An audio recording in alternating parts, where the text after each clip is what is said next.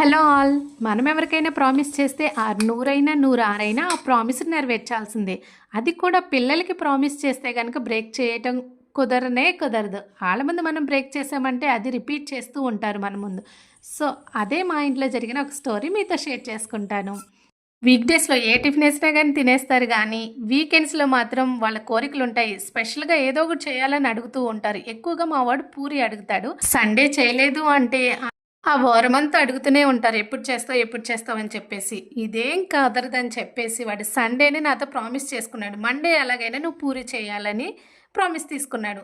అమ్మ ప్రామిస్ చేస్తే బ్రేక్ చేయదని వాడికి తెలుసు కదా, సో అందుకే ప్రామిస్ తీసుకున్నాడు. పిల్లలకి మనం ప్రామిస్ చేస్తే కనుక అది చేయగలిగిన పని అయితేనే మనం ప్రామిస్ చేయాలి. అది చేయలేని పని అయితే వాళ్ళకి ప్రామిస్ చేయకూడదు. ఎందుకంటే వాళ్ళ ముందు ప్రామిస్ అనేది మనం బ్రేక్ చేసాము అంటే వాళ్ళు అదే రిపీట్ చేస్తూ ఉంటారు మన దగ్గర. అలా కాకుండా వాళ్ళకి ఒక మాట ఇచ్చాము అంటే మనం ఆ మాట మీదే ఉండాలి అనేది వాళ్ళకి నేర్పించాలి. అది మన ద్వారానే వాళ్ళు నేర్చుకుంటారు. సో ఇదొక ప్రామిస్ పూరి స్టోరీ. ఇక్కడ నేను ఇంట్లో ప్రిపేర్ చేసిన మల్టీగ్రెయిన్ ఆటా యూస్ చేస్తున్నాను. వాటితో చేసిన పూరీలు చక్కగా పొంగుతాయి, టేస్టీగా ఉంటాయి.